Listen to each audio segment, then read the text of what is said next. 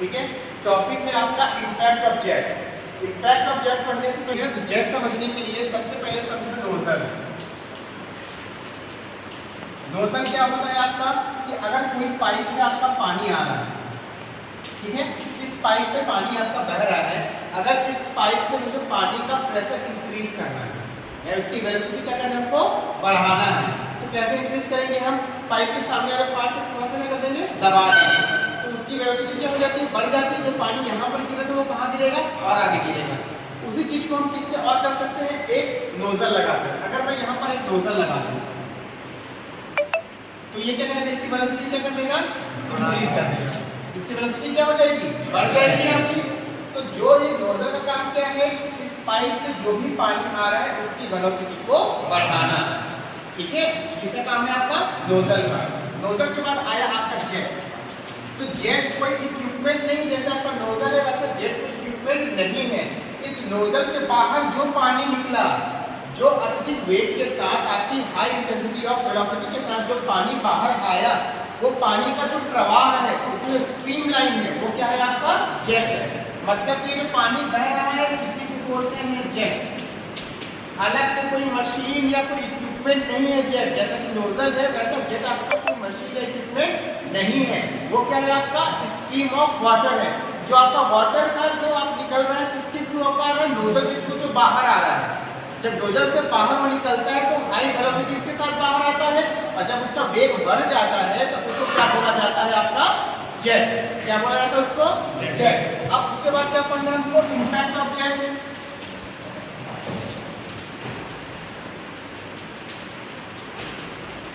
Impact of jet क्या है आपका, कि जब ये जो पानी निकल रहा है किसी ब्लेड पर टकराएगी, किसी ब्लेड पर ये पानी टकराएगा, तो जितनी भी इसकी वेलोसिटी है उसमें काइनेटिक एनर्जी इंक्रीज हो जाएगी, आपकी काइनेटिक बढ़ गई है, उसकी गतिज ऊर्जा में वृद्धि हो गई। जब उसकी गतिज ऊर्जा में वृद्धि हुई है और ये जब जाकर किसी भी ब्लेड पर टकराएगा, तो इस ब्लेड पर जो इसका प्रभाव आएगा, इसका प्रभाव है स्ट्रीम लाइन यानी जेट का, उसको क्या बोलेंगे हम, इम्पैक्ट ऑफ जेट। कि जो जेट हाई वेलोसिटी के साथ नोजल के साथ बाहर आया है नोजल के, तो वो जाके जिस ब्लेड पर टकराएगा और उस ब्लेड पर जो भी इफेक्ट देगा वो क्या कहलाएगा आपका, इम्पैक्ट ऑफ जेट। जैसे कि मान लो इस तरीके से आपका ये ब्लेड है, इस पर आपकी हाई वेलोसिटी से उसको मैंने फिक्स नहीं रखा, मूवेबल है, ठीक है। अगर इस पर हाई वेलोसिटी से क्या होगा, जेट आएगा तो क्या करेगा, इसे घुमाएगा, इसमें क्या कर देगा, ये रोटरी मोशन को क्रिएट कर देगा, ठीक है। इसको हम क्या बोलते हैं, इम्पैक्ट ऑफ जेट, ठीक। अब इम्पैक्ट ऑफ जेट पढ़ने के लिए आपके पास 3 प्रिंसिपल थे। कौन कौन से प्रिंसिपल थे? सबसे पहला प्रिंसिपल ये कहता है कि आपका जेट जिस भी सरफेस पर टकराएगा वो फ्रिक्शनलेस होना चाहिए। कैसा होना चाहिए आपका, फ्रिक्शनलेस। फ्रिक्शनलेस का मतलब क्या होगा, स्मूथ, बिल्कुल चिकना होना चाहिए। सेकंड उसने कहा कि दोनों की जो डेटम लाइन है वो डेटम लाइन कैसी होगी आपकी, बराबर होगी, ठीक है। और तीसरा उसने ये बोला कि जो जेट का प्रेशर आपका पानी इधर गया है, जेट की स्ट्रीम लाइन में वो रिवर्स डायरेक्शन पर नहीं आनी चाहिए, ठीक है। ये 3 प्रिंसिपल पर आपके लिए वर्क करता है। अब अगर आप इसके उपयोग की बात करें तो इम्पैक्ट ऑफ जेट का कहाँ पर उपयोग किया जाता है, तो सबसे ज्यादा उपयोग इसका होता है वाटर टरबाइन। कहाँ पर होता है, वाटर टरबाइन। वाटर टरबाइन में क्या होता है कि जब पाइप के थ्रू आपका पानी आता है उसके सामने हम एक नोजल लगा देते हैं, और नोजल के बाद जब वो हाई इंटेंसिटी से पानी बाहर निकलता है और किस पर टकराता है, आपके टरबाइन की ब्लेड्स पर टकराता है, तो जो गतिज ऊर्जा, जो आपकी काइनेटिक एनर्जी उस जेट के अंदर थी वो कहाँ पर ट्रांसफर हो गई, ब्लेड पर ट्रांसफर हो गई। और उस ब्लेड ने क्या किया, उस ब्लेड पर इस इम्पैक्ट का क्या प्रभाव पड़ा कि वो ब्लेड क्या होने लगी, घूमने लगी। जब वो घूमने लगेगा तो उससे आप जो भी उससे उसकी एनर्जी को जिसमें भी कन्वर्ट करना चाहते हैं आप कन्वर्ट कर सकते हैं, ठीक है। आओ एक बार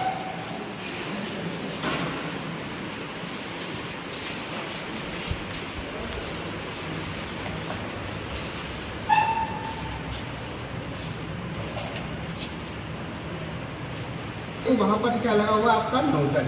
ये आपकी पाइप आई है, देखो पाइप सर्कुलर थी, लेकिन सामने का पोर्शन आपको दिखाई दे रहा है डाइवर्जेंट है, इस तरीके से, सॉरी कन्वर्जेंट है।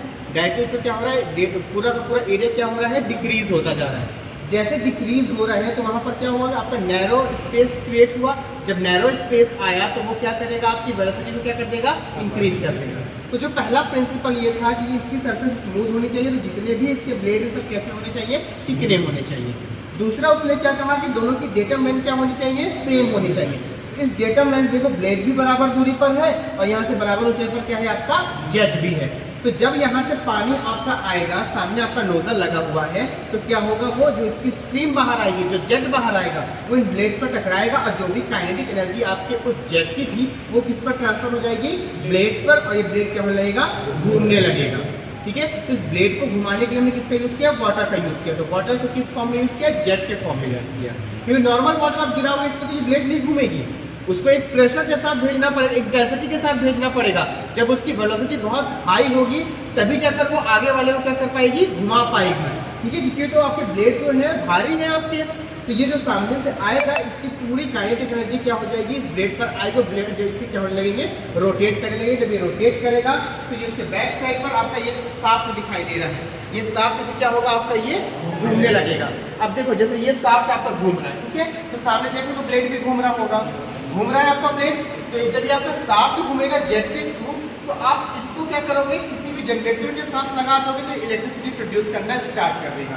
मतलब जो जेट की काइनेटिक एनर्जी थी वो ब्लेड पर टकराई तो मैकेनिकल एनर्जी में कन्वर्ट हुई, और वो मैकेनिकल एनर्जी को जब आपने इसको किसी भी जनरेटर से फिट कर दिया, कनेक्ट कर दिया, तो किसमें कन्वर्ट हो गई, वो इलेक्ट्रिकल एनर्जी में कन्वर्ट हो गई। इवन आप इससे कोई मशीन भी चला सकते हो। अगर मैं यहाँ पर एक गन्ने, सबसे अच्छी एग्जाम्पल है गन्ने के जूस की मशीन जो है, जो लोग हाथ से ऑपरेट करते हैं, अगर मैं उसको यहाँ पर फिट कर दूँ, यहाँ से अपना स्टार्ट कर दूँ जेट, जैसे वो घूमना स्टार्ट करेगा तो ये भी घूमेगा, और जब ये घूमेगा तो उसके व्हील्स भी क्या होंगे, रोटेट होंगे, उसके रोलर्स रोटेट होंगे, और आपको सिर्फ गन्ना डालना होगा, अपने आप जूस को निकालना होगा बिना इलेक्ट्रिसिटी के, बिना किसी बैटरी का। क्लियर है, इसको आप कनेक्ट करके इसकी एनर्जी को किसी भी चीज में कन्वर्ट कर सकते हो। याद ये रखना है कि आपकी जेट में हाई काइनेटिक एनर्जी थी, इसकी वजह से थी, वो नोजल की वजह से थी। वो नोजल की वजह हाई काइनेटिक एनर्जी आई थी, वो किस पे डिस्क्राइब थी, आपकी ब्लेड्स पर, और ब्लेड जब घूमने लगा किस में कन्वर्ट होगी, वो मैकेनिकल एनर्जी में।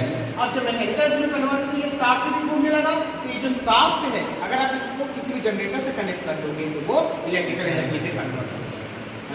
Fixed plate due to jet, jet के कारण समतल प्लेट पर, समतल फिक्स्ड प्लेट पर आपका जो भी फोर्स होगा उसको कैसे कैलकुलेट किया जाएगा। ठीक है, यहाँ पर जो कंडीशन है वहां पर लिखा हुआ है फिक्स्ड प्लेट, फिक्स्ड लिखा हुआ है मतलब वो प्लेट रोटेट नहीं करेगी। अगर जेट का इम्पैक्ट उस पर आ भी गया है उसके बाद भी आपका जो आपका प्लेट वो घूमेगा नहीं, उसको हमने फिक्स करके रखा है। तो अगर मैं इसका डायग्राम बनाऊं, इस तरीके से मैंने एक फिक्स्ड प्लेट बना दिया,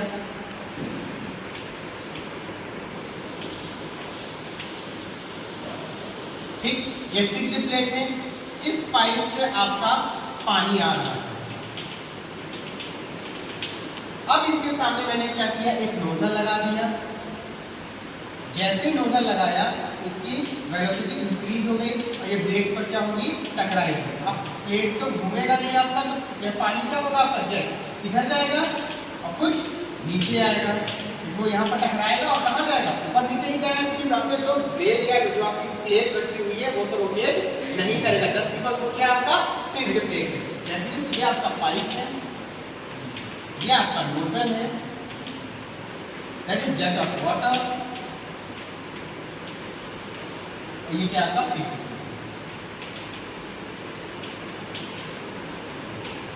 क्लियर है, अब इसका डेरिवेशन है।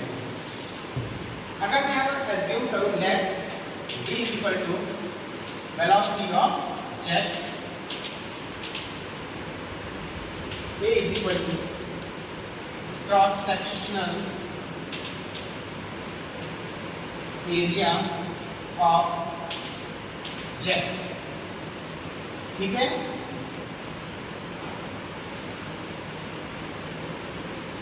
तो यहाँ पर आप एक चीज देखेंगे कि जो v है वो v वेलोसिटी किसकी है, आपकी जेट की है। अगर जेट की वेलोसिटी है तो बताओ वो नोजल लगाने के बाद की बात हो रही है, नोजल लगाने से पहले की बात हो रही है,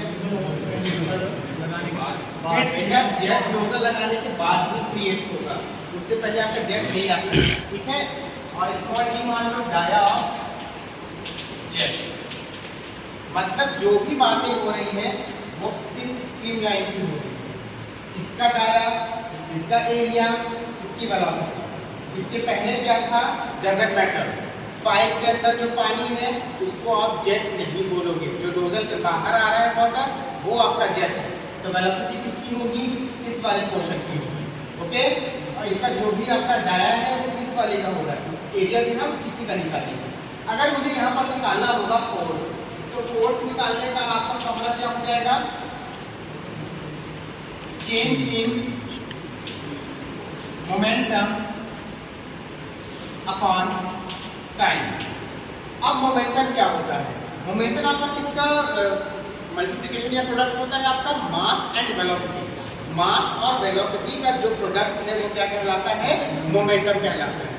अब यहाँ पर एक चीज ध्यान दो, जब यहाँ पर आपका पाइप से पानी आया, मैंने नोजल लगाया, उसकी स्ट्रीम लाइन क्रिएट हुई जिसको हम जेट बोल रहे हैं, उसकी वेलोसिटी बढ़ गई।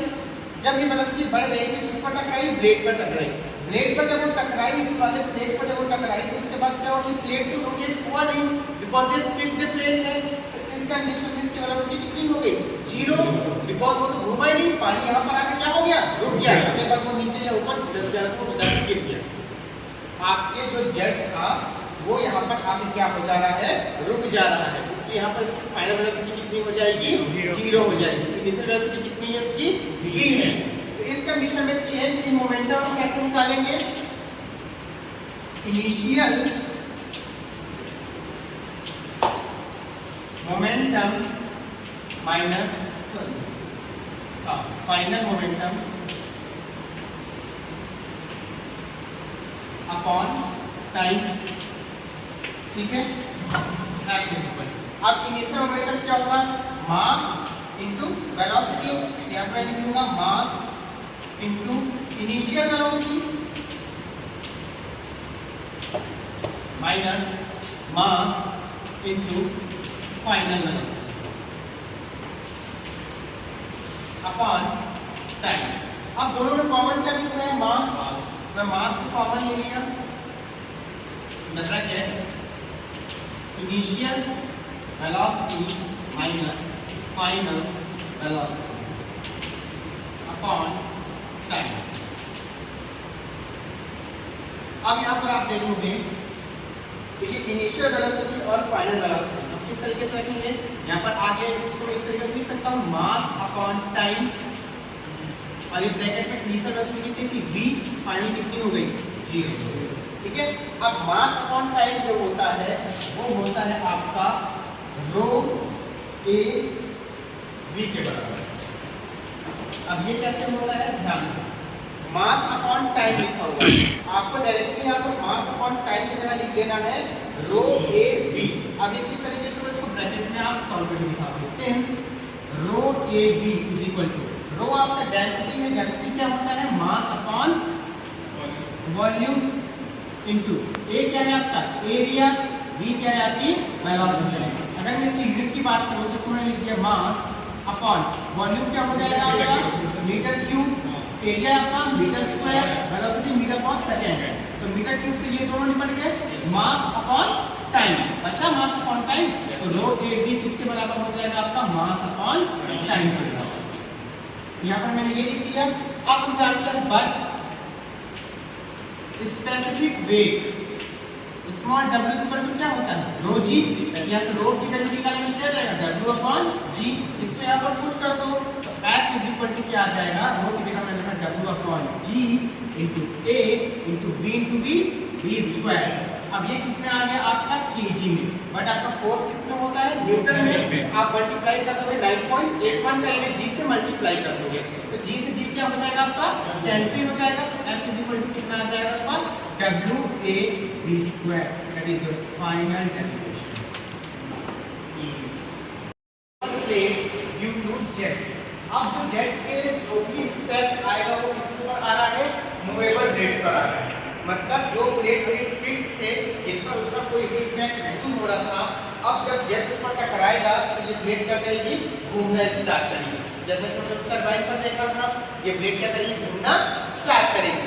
तो सिंपल सी बात है, जब यहाँ पर वो जिस वेलोसिटी से बाहर आएगी, उस पर टकराई, उसकी वेलोसिटी कुछ ना कुछ क्या हो गई होगी? कम हो गई होगी। बिकॉज टकराने के बाद उसको थोड़ा सा फोर्स उस पर एक्सर्ट करना पड़ा होगा उस प्लेट को घुमाने के लिए, तो उसकी वेलोसिटी क्या हो जाएगी? कम हो जाएगी। अगर आप कंटिन्यूअसली दौड़ रहे हो, सामने कोई भी ऑब्स्टिकल नहीं है, आपकी स्पीड कांस्टेंट रहेगी। लेकिन अगर ऐसा हुआ कि आप दौड़ रहे हो, सामने पत्थर आ गया, गाड़ी आ गई, या फिर आपके साथ टकरा गया, तो आप फिर रुकिए, थोड़ा दौड़ना स्टार्ट किए, या रुके भी नहीं, आप दौड़ना स्टार्ट किए, लेकिन जब ऑब्स्टिकल आया तो क्या होगा, आपकी स्पीड क्या हो गई, स्लो हो गई, कम हुई। तो वैसे यहाँ भी होगा, जैसे इस ब्लेड पर टकराएगा तो ब्लेड तो घूमना स्टार्ट कर देगी, लेकिन इसकी वेलोसिटी क्या हो जाएगी, थोड़ा कम हो जाएगी। तो वापस हम यहाँ पर आ गए तो लेट डी वेलोसिटी ऑब्जेक्ट, और यहाँ पर क्या जाएगा, ए क्रॉस सेक्शन एरिया ऑब्जेक्ट और डी डाया ऑब्जेक्ट। यहाँ पर बस समझता देखें कि जो कैपिटल है वो इनिशियल वेलोसिटी है और स्मॉल वी हो जाएगी आपकी final velocity object. Final velocity कौन सी है, जब वो आपकी ब्लेड पर टकरा गया, उसके बाद की वेलोसिटी। अब यहाँ पर फोर्स वापस से वही होगा, change in momentum upon time, और चेंज इन मोमेंटम क्या होगा, initial momentum minus final momentum upon time. और मोमेंटम क्या लिखेंगे हम, मास इनटू इनिशियल वेलोसिटी, और फाइनल मोमेंटम को लिखेंगे mass into final velocity upon time. उसके बाद क्या हो जाएगा आपका, मास कॉमन लिया, initial velocity minus final velocity. जो यहाँ पर आपका लास्ट केस पे 0 था, अब यहाँ पर क्या हो जाएगा, वो स्मॉल v, और मास अपॉन टाइम वापस से आपका किसके बराबर होगा, आपका रो ए v के बराबर। f इज इक्वल टू आ जाएगा आपका रो ए v, और ब्रैकेट में capital V minus small v। अब यहाँ पर कितना जाएगा, ये रो ए, अब इसके बाद क्या होगा आपका रो ए v माइनस जा गया आपका v, ठीक है। अब यहाँ पर रो की वैल्यू क्या लिखोगे आप, बट फिर से वापस से कि W इज इक्वल टू क्या होगा आपका रो जी, तो रो क्या आ जाएगा आपका W अपॉन जी। उस कंडीशन में F इज इक्वल टू क्या हो जाएगा आपका W upon g a v, V minus V। अब ये किसमें आ गया आपका केजी में, और आपको किसमें कन्वर्ट करना है, न्यूटन में। इससे मल्टीप्लाई कर दोगे 9.81, यानी जी से मल्टीप्लाई करोगे, जी से जी क्या हो जाएगा, cancel. F is equal to formula आ जाएगा W A V minus small v, that is your final derivation for the moving force.